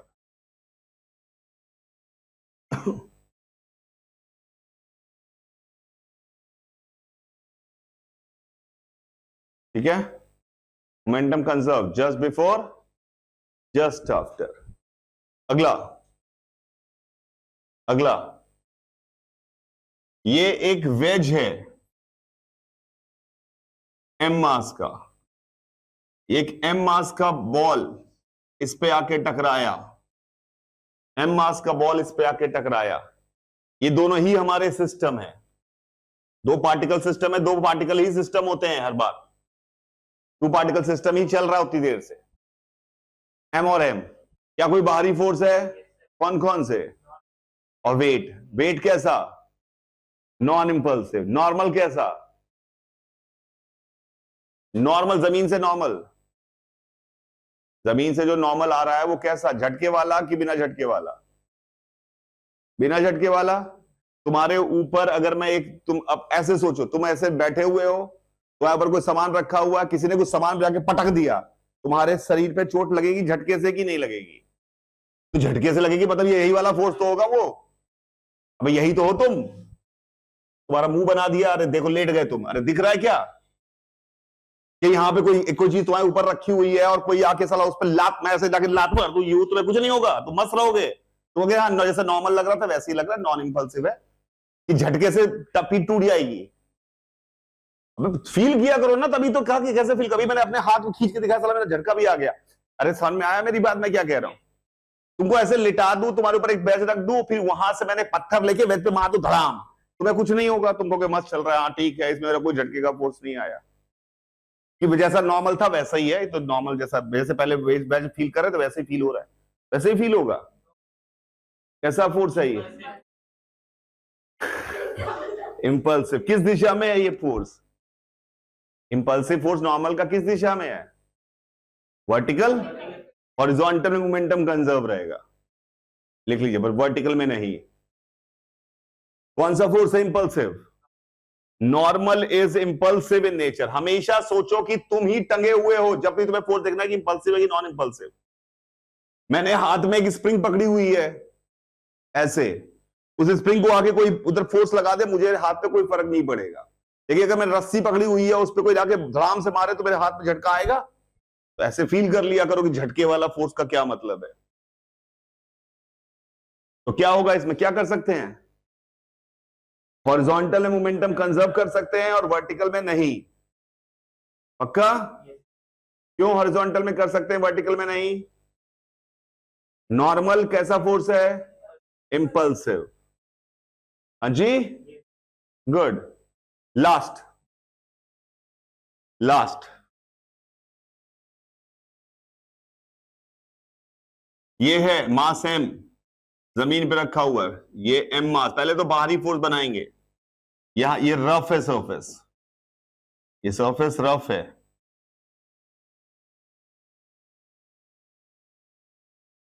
Rough है, ये है सिस्टम। कौन कौन से बाहरी फोर्स आएंगे? फ्रिक्शन, नॉर्मल और वेट। वेट कैसा? Non impulsive. नॉर्मल कैसा? फ्रिक्शन कैसा? इंपल्सिव, क्योंकि काइनेटिक फ्रिक्शन म्यू एन होगा, और अगर एन बड़ा है तो 0.5 एन भी बड़ा ही होगा बे, तो म्यू एन भी बड़ा ही होगा। तो इसका मतलब इसमें ना हॉरिजॉन्टल ना vertical, momentum conservation can not be applied. Momentum conservation can not be applied. Momentum conservation can not be applied. Rotation के जितने सवाल जेईई एडवांस ने आज तक दिए हैं, मान लो अगर 40 दिए हैं तो 15 गलत किए थे, उनको भी नहीं आती छोटी छोटी बातें। 15 गलत दिए हैं आज तक जेईई एडवांस में सवाल। एक ऐसे ही सवाल इसलिए मुझे ध्यान आया क्योंकि इन्होंने मोमेंटम पहले कंजर्व करा दिया, हॉरिजॉन्टल में सवाल, फिर अगला पार्ट सॉल्व कर दिया, उसमें फ्रिक्शन ले लिया, जबकि मोमेंटम कंजर्व नहीं होगा। क्या मेरी बात समझ में आई? तो कोई पूछे आपसे तो वो सवाल तो कोई पूछेगा नहीं, सिर्फ पूछेगा मोमेंटम कंजर्व है कि नहीं है। क्या होगा इस केस में? किस दिशा में? ना हॉरिजॉन्टल में कंजर्व है ना वर्टिकल में कंजर्व है। क्लियर है क्या मेरी बात? बहुत बढ़िया। ना हॉरिजॉन्टल में कंजर्व है ना वर्टिकल में कंजर्व है। टू पार्टिकल कोलिजन समझ में आ रहा है क्या कह रहे हैं अपन? Good good. लिखिए लिखिए अगली हेडिंग, कोलिजन के यही सारे केसेस हैं। अभी ऑब्लिक कोलिजन और कंस्ट्रेंट कोलिजन कराऊंगा, और उससे पहले नॉर्मल कोलिजन में थोड़े हाथ अपने चला लीजिए, नहीं तो एक ही दिन में ज्यादा हो जाएगा, समझ में नहीं आएगा। इसलिए हम अगली कोलिजन के पहले नॉर्मल सीधे सीधे कोलिजन के सवाल कर लेंगे। तो 4, 10, 20 सवाल देखिए जब कोलिजन के आ रहे हो। क्लियर है? जैसे मैं एक सिंपल सा सवाल पूछता हूं, देखता हूं कितनी भाषाओं में ये सवाल पूछा जा सकता है। आप मुझे बताइएगा क्या क्या सवाल पूछा जा सकता है। तो आपसे एक, क्योंकि फोटो एक ही होती है, उस पर ऊपर 50 बातें पूछी जा सकती। जैसे m है, ये 2v से जा रहा है बेटा, ये 2m है, ये लेट से v से जा रहा है, v से जा रहा है। e की वैल्यू हाफ है, e की वैल्यू हाफ है। पहले इसको सॉल्व कर लेते हैं, सवाल जो पूछा जाएगा वो तो पूछेंगे, करना तो हमें वो काम पड़ेगा ही पड़ेगा। पहले बताइए कॉमन वेलोसिटी निकालते हैं, बताइए कितनी आ गई? 4v/3। बहुत बढ़िया। तो vc 4v/3। अब मैं जबरदस्ती डायग्राम, पहले कितनी हो गई, कितनी बढ़ी? v 4v/3 से v घटाने के लिए तुम लोगों को कैलकुलेटर चाहिए होता है क्या? 4v/3 में से v/3 हो गया यार, इसमें v/3 बढ़ी। थोड़ा सा ये नहीं कि हाँ सर मैंने बचपन में नहीं किया, तो अब कर लो यार। v से 4v/3, ये कितना है? हाफ। कितनी और बढ़ेगी? v/6। ये कितना लिखा है? 8v/6। जैसे वहां डिनोमिनेटर v/6 लिखा है, इसको भी तुरंत डिनोमिनेटर बदला, 8v/6। कितनी और बढ़ेगी? भूल गए, v/6। 8v/6 से v/6 और बढ़ा, 9v/6। 9v/6 is 3v/2। तो 2m की वेलोसिटी आ गई 3v/2। m की देखते हैं, पहले कितनी? 2v। कितनी हो गई? कितनी घटी? 2v/3। 2v/3। कितनी और घटेगी? v/3। 2v/3 से कितनी और घटेगी? 4v/3 से v/3 और घटी, कितनी हो गई? v। भैया ये काम आप इक्वेशन लिख के कर लेना, मैं समझ चुका हूं। अरे समझ में आ रहा है मेरी बात? तो v1 v2 मानना, मोमेंटम कंजर्वेशन की इक्वेशन लगाना, फिर e की इक्वेशन लगाना, ये काम करके पहले आ गया। अब वो लैंग्वेज क्या क्या पूछ सकता है, ये तो आपको निकालना ही पड़ेगा सवाल में जब आपके सामने की। अब मैं आपसे पूछ रहा हूं, देखिए, ताकि आपको भाषाओं का ज्ञान हो कि सवाल किस किस भाषाओं में आपसे पूछे जा सकते हैं। क्वेश्चन नंबर 1, उतार लीजिए सवाल को। मैं सिर्फ भाषा का ज्ञान आपके सामने होना जरूरी है, इसलिए मैं और क्या क्या भाषाओं का इस्तेमाल कर सकता है।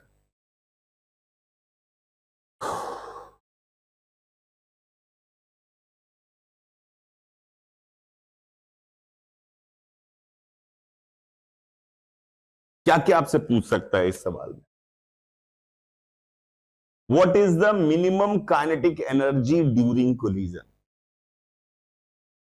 क्योंकि 50 तरह के सवाल पूछ सकता है। What is the minimum kinetic energy during collision? वी है what is the minimum kinetic energy during collision? वी बोला था अपने, लिख 2 भी दिया। What is the minimum kinetic energy during collision? कब होती है मिनिमम काइनेटिक एनर्जी? जब डिफॉर्मेशन हो रहा होता है, ये होती ना, याद नहीं? ग्राफ ये वाली, ये होगी मिनिमम काइनेटिक एनर्जी। तो आंसर क्या आ गया? हाफ 3m 4b/3 का होल स्क्वायर। तो ड्यूरिंग कोलिजन कितना हुआ मिनिमम? मिनिमम काइनेटिक एनर्जी कब आती है? डिफॉर्मेशन के बाद, यानी 4b/3 के समय मिनिमम काइनेटिक एनर्जी है। तो कितनी हुई मेरे बच्चों? हाफ 3m 4b/3 का होल स्क्वायर। ये सवाल पूछ सकता है। What is the minimum kinetic energy during collision? And believe me, if this question comes, it will be considered as one of the difficult question, because generally people don't know what is happening in between. That's why they can't answer this question. But this is a one liner question which can be asked. Theoretically strong question है, mathematically आसान question, इसलिए पूछा जा सकता है। आप हमेशा ये मान के चलिए, theoretically आपको वो कमजोर नहीं मानता एग्जामिनर, मैथमेटिकली कमजोर मान सकता है, थ्योरेटिकली आपको कमजोर नहीं मानता है वो एग्जामिनर। वो ये नहीं सोचता, वो इसमें दया नहीं दिखाएगा कि थ्योरेटिकली भी तुम कमजोर हो। सोचने की शक्ति तो तुम्हारी ज्यादा होनी चाहिए साले इंजीनियर से।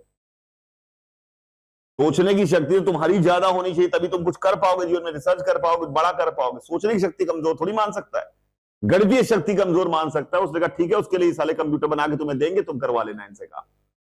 लेकिन सोचने की शक्ति में अगर कमजोर हुए तो फिर तो गड़बड़ है भाई। तो कॉमन वेलोसिटी कहां आई? तो ये मैथमेटिकल सिंपल सवाल था, समझ में आया? अगला, what is the total impulse on 2m?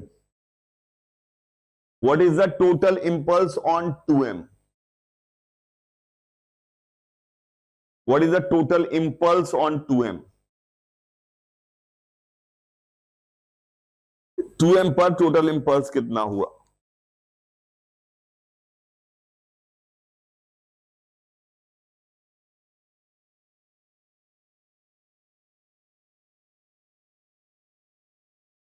Answer, impulse की क्या परिभाषा बताई थी? Change in momentum. मोमेंटम तो इसका फाइनल मोमेंटम कितना है? 2m का। 2m का फाइनल मोमेंटम कितना है? 3mv। अरे 2m इंटू 3v/2 कितना आया? 3mv। इनिशियल मोमेंटम कितना था? 2mv। Change in momentum mv। Change in momentum ही तो इंपल्स था। तो परिभाषा मैं पूछ रहा हूं कैसे कैसे सवाल पूछ सकता है, भाषाओं को समझिए। कोलिजन का ये आंसर तो निकाल दिया, स्पीड पूछे तो बता दिया, पर और क्या क्या इन्हीं में पूछ सकता है। तो क्या है? इंपल्स कितना है? mv towards right. अरे mv towards right. What is impulse on m?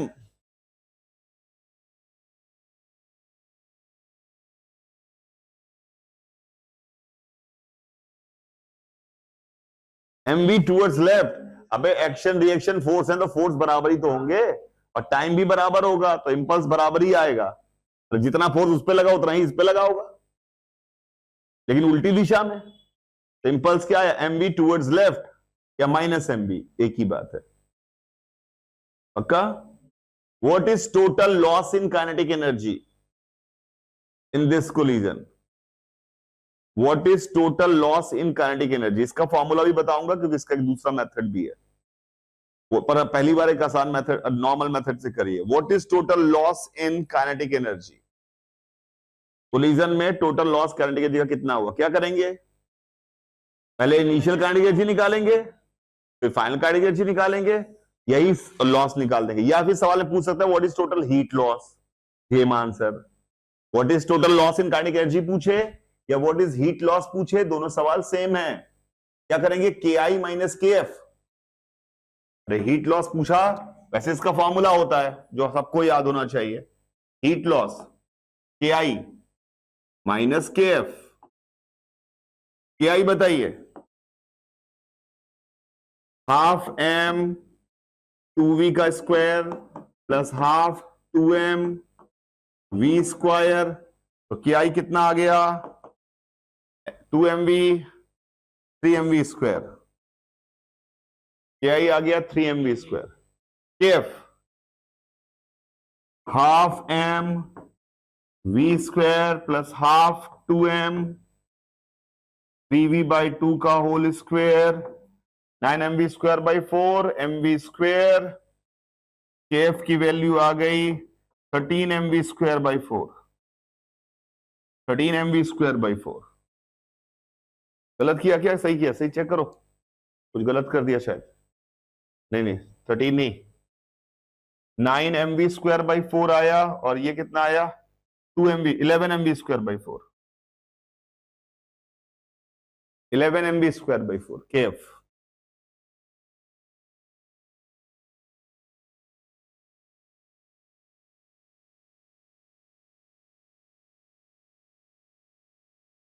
पूछ रहा हूं बेटा, मैं पूछ रहा हूं,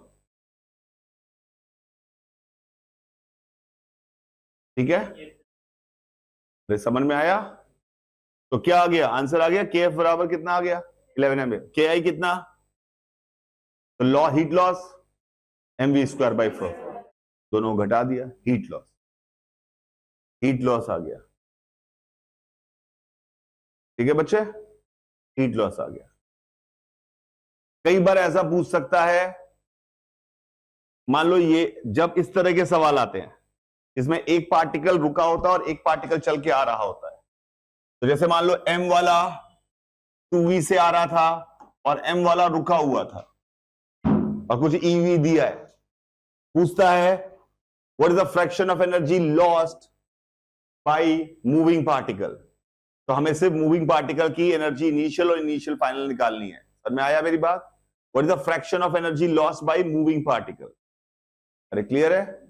या पूछ सकता है व्हाट इज द फ्रैक्शन, जैसे मान लो इसका जैसे सवाल बना लेते हैं, ई की वैल्यू कितनी आई, मान ले कुछ बता देते हैं, हाफ मान ले, हाफ मान लिया, तो क्या आ जाएगा final? Common velocity v, common velocity v switch तब होती बे जब E1 होता। पर कहा था वो वही गलती होगी, इसलिए भूल जाओ। ये तो पूरी बात याद रखो, तीनों E1 same mass head on, तीन बातें याद रखना। m2v m, common velocity v, उसकी पहले कितनी थी, कितनी बढ़ी, v कितनी और बढ़ेगी, तो इसकी हो जाएगी m वाले की 3v/2। अजी तो इस वाले m की कितनी हो जाएगी, v/2, v/2। पूछेगा what is the energy he it lost, तो इसकी के, इसकी देखेंगे, इसकी के फाइनल देखेंगे, इट लॉस्ट एनर्जी। अरे समझ में आया? दो सवाल पूछे जा सकते हैं, what is the energy lost by moving particle, what is the energy lost by moving particle. तो इसमें टोटल नहीं देखना है, हमें सिर्फ मूविंग पार्टिकल से देखना है। तो मूविंग पार्टिकल के पास पहले कितनी एनर्जी थी, हाफ m2v का होल स्क्वायर, अब कितनी है, हाफ mv/2 का होल स्क्वायर। पक्का? दूसरा पूछ रहा है what is the fraction of energy moving particle transferred to the particle at rest, what is the fraction of energy moving particle transferred to particle at rest. तो पहले उसी का अंग्रेजी के सवाल, अब इसकी तो लिमिट ही नहीं है। इसकी एनर्जी पहले कितनी थी, हाफ m2v का होल स्क्वायर यानी 2mv²। इसकी एनर्जी कितनी आ गई, हाफ m3v/2 का होल स्क्वायर यानी कितना आ गया, 9mv²/8। बताइए, तो उसने कितना फ्रैक्शन ट्रांसफर कर दिया, डिवाइड कर दोगे, 2mv², 9mv²/8 उसका कितना फ्रैक्शन है। अंग्रेजी तो पढ़ने आना पड़ेगा, अब कहोगे अंग्रेजी भी सिखाओ तो कैसे, what is the fraction of energy transferred, उसके उतनी थी इसलिए इसको दे दी, तो this is upon this is the fraction. Making sense? तो इस तरह की भाषाओं के सवाल आएंगे, आपको करना आना चाहिए। क्लियर है मेरी बात? पक्का? That's it for today, that's it for today. Bye रहेगा सभी को, enjoy your life, we find it enjoyable, otherwise make. हमें ऐसा लगता है कि क्वालिटी एजुकेशन, चाहे वो IIT JEE की तैयारी कर रहा हो या नीट की तैयारी कर रहा हो, फ्री होनी चाहिए।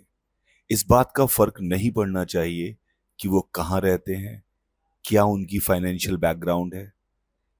इसीलिए हम अपने पूरी टीम की मेहनत, जो हमने सालों साल एक्सपीरियंस से और आज की डेट में भी मेहनत करके बनाया है, वो सब हम फ्री YouTube पे डालना चाह रहे हैं। पर आप समझते हैं कि चीज़ों को डेवलप करने के लिए हमें फंड्स की रिक्वायरमेंट होती है। मैंने अपने सारी पूंजी को खर्च कर दिया है, अब मुझे आपके सपोर्ट की ज़रूरत है। अगर आप कर सकें तो, अगर संभव हो, फाइनेंशियली आप पे लोड ना आए, तो हम चाहते हैं कि हमारा इस मिशन, जो हम best possible education for free सारे बच्चों को देना चाहते हैं, उसमें हमें सपोर्ट करें। इफ यू फाइंड इट वर्दी, please scan this QR code and contribute whatever you can.